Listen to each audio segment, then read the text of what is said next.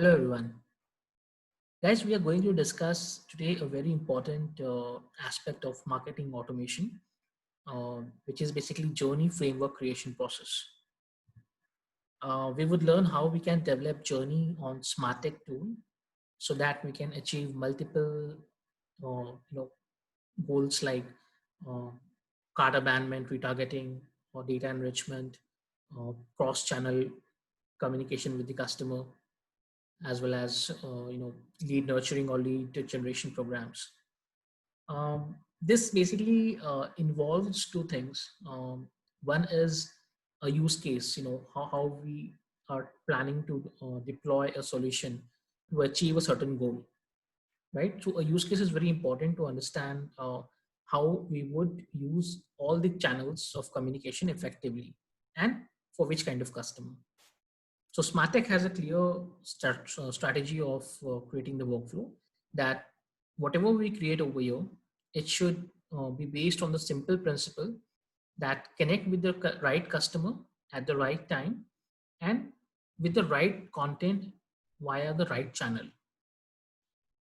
To achieve this principle, there's certain practices which needs to be involved, and also the knowledge of how to develop the workflow.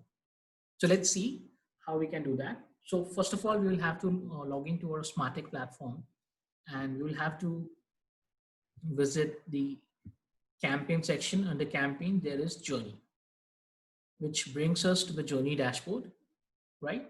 Over here, we can see the status of journeys that we have already created, how many have been already deployed, which basically are ongoing campaigns.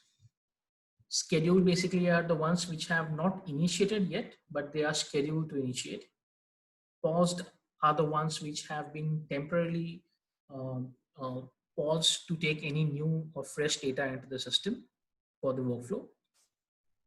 Drafts are basically the workflow journeys which have been created, but they are um, not yet deployed. I mean, they are not yet initiated. Completed are the ones, the workflows which have completed their lifetime, whatever lifetime we give to the journey, it has completed the cycle. Stopped are the ones which are manually stopped. Basically, if you are running an automation and something goes wrong and you think that, okay, it's better to terminate this workflow, then in that case, we use the stopped option. And the archived ones, which are automatically archived by the system. So here, the dashboard gives you an idea about the status quo on all the type of workflows which you have created. Now let's see how we can create a journey. So here, basically, we click on create journey option, and here we have the option to create a journey, and the system gives me an option depending on what industry type I am into. It gives me an option of some default journeys that we can deploy. Like if I'm from an e-commerce industry, uh, the top two preferred journeys for me would be like convert my window shoppers into the customers, make them purchase something. Or let's say if they are already in a process of purchasing something, like they have done an add to cart, but they abandon the cart and they leave the website or the. So in this case, how we can send out or retargeting communications to them and how we can make them to complete their product cycle, product purchase cycle, we can deploy this solution for it. So although here I can just select them and accordingly the workflow would be shown to me, which I can deploy. Of course, this is the skeleton. I'll have to put the flash in each of the tabs. Same goes with the cart abandonment workflows as well. But here I would choose this fresh option because I want to show to you, how you develop this workflow. That's my concept behind giving this video. So I would use this option over here. Okay, and click on proceed.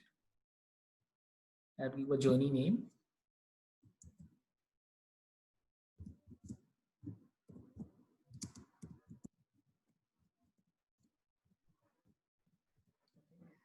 And here I select my lifetime parameters of the workflow. So from when to when this would be active. So I can select the date and time from when I want this to initiate. and the retain time when I want this to terminate. Apart from this, I have options like advanced option over here, which gives me the flexibility to apply frequency capping rules to the workflow as well. Since the platform also holds a broadcast module in it, so many campaigns would be there which you are doing as a broadcast, and if there is a global capping rule applied to the platform, uh, so here you have an option whether you want to skip that or whether you want to keep it continued. So I can select that or deselect that. Here I have the option of providing a goal to my workflow, which we call it as journey goal. So whatever is your target, whatever is your business goal behind developing this kind of a workflow, that needs to be selected over here. This of course would require an integration with your website or maybe with your app so that we can capture the events over here. Like for example, a checkout. So I would select checkout event over here as my conversion goal. So throughout the journey, whenever my goal gets achieved, the workflow or the automation ends for the customer over there. Of course, I can also apply revenue parameters to it. That's on my choice.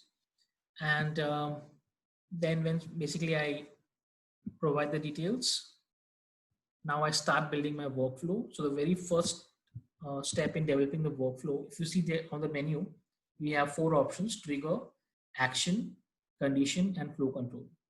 So the first thing is the trigger. So what would be the initial condition when you would start this complete workflow? So guys, for this, first we'll have to decide whether we are going to start this journey on a available list segment or a complete data master, or it's gonna be like dynamic one-to-one communication would be sent whenever a customer does some activity on the website or app. So for example, if I take the use case of cart abandonment over here, okay. So my target is simple over here, that any customer who comes to my website, he basically would do an add to cart of a product, which would basically be having a value of more than, let's say, 10,000. So if this condition is fulfilled, the customer gets added to this workflow. So here I would click on the activity, select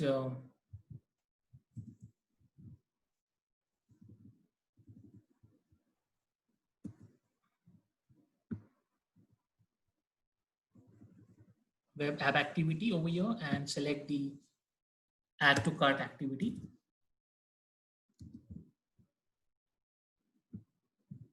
Okay, now here what I have to do is, since I have put the condition that if the cart value is more than 10,000, only then put the customer in this bracket. So here I would select the payload parameter, product price greater than 5,000 rupees.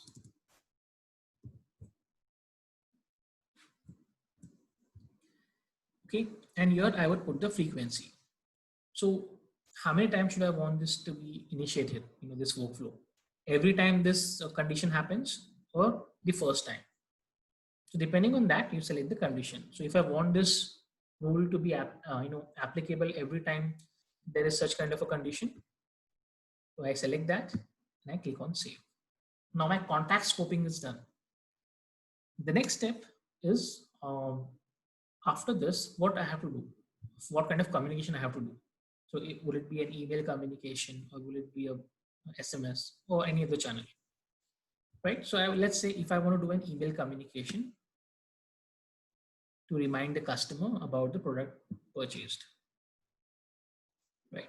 So over here now, I cannot do this immediately, right? The moment customer does an add to cart, I cannot send him an email immediately.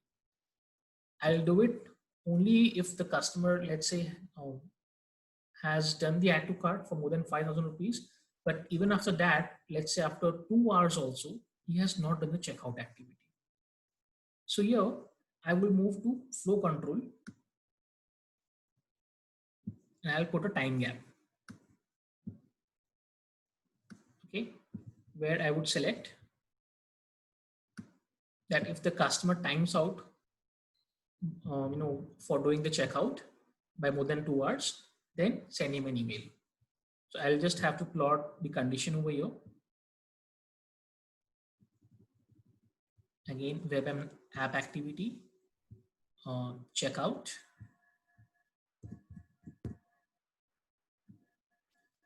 Okay, and here I would put, let's say, 2 hours time. So in 2 hours, basically, if the customer does a checkout, well and good, I would stop my workflow for him. So I would remove the customer from the cycle if he has done the purchase. If not, if he has timed out, then I would send him an email. So here I can draft my email that needs to be sent.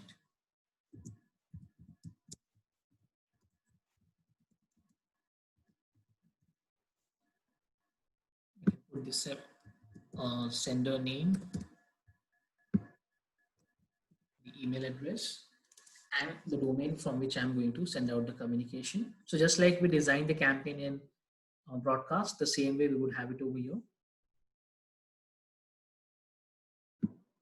So this is basically the subject line that we can use. I can type it also. Let's say I put reminder 1. And for this, I would select the template that needs to be sent.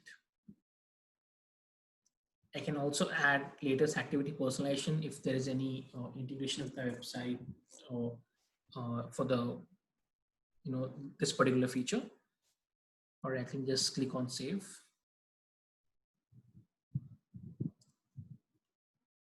Okay, now after sending out the first communication, I would do the same thing again. I would again put a wait event over here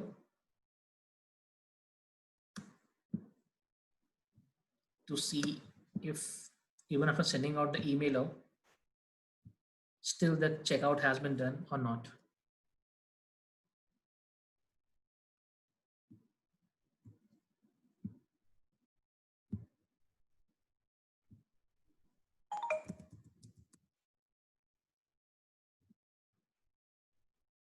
So over here, I would put 2 hours or maybe even 1 hour time, whatever.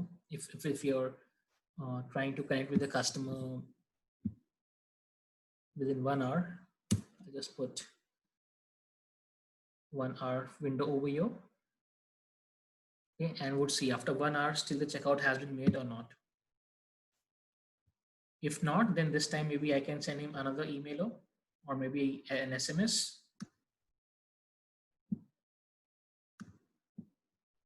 And if he has, let's say, done the checkout, then remove him from this cycle.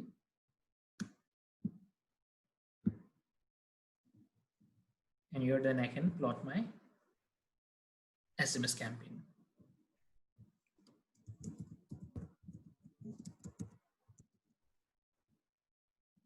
Select my SMS channel from which I'm going to send out the communication and the template.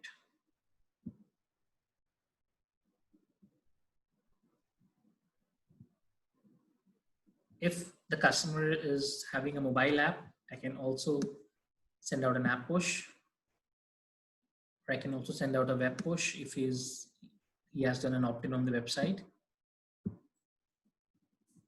In fact, I can also use preferred channel option over here so that I reach out the customer with the most preferred channel at the very first instance. So, right, I can just basically conduct such kind of a workflow campaign with respect to a particular event, which is, let's say, over here, a add to cart event, and I can deploy my campaign towards it. So guys, you have seen how easy it is to deploy the campaign, in a more effective and in a more logical manner, right? If you have done this job manually through a broadcast, it would have taken a hell lot of time, and also it wouldn't have been so accurate and so precise on the timing, which is where the automation model scores over the normal broadcast. And you also see we have options of connecting the customer across multiple channels, And also we can do on the fly check events, check for past activity done by the customer, or check for any past or present historical data of the customer. So before, let's say over here, before sending out a communication, if I want to put some attribute filter, like for example, before sending out a communication, I want to see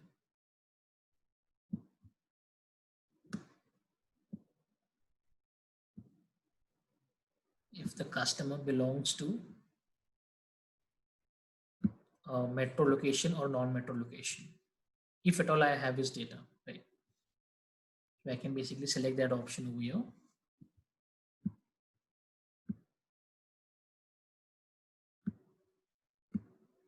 If the data is not there, then basically this filter would not be applicable. So only if the data is there, then you can use this filter. So this is how I can apply filters as well. Guys, there's one difference between has done event and wait for event. Many people ask me like, should I use has done event or wait for event? So the difference is pretty simple. Has done event would take customers past historical data as well. When it does the filtration, it will check whether the customer has done a checkout in the last 3 or 4 months as well, which is not my requirement, right? Over here in this case, I want the customer to be send out a communication with respect to the add to cart that he has done in the latest session. So in this case, I would use wait for event, which particularly would be related to the context of the add to cart done in the latest event. It will not take any historical data. It will take the current data, the last activity data basically. Right. So guys, I think pretty much we have, explained the process of workflow creation in this video.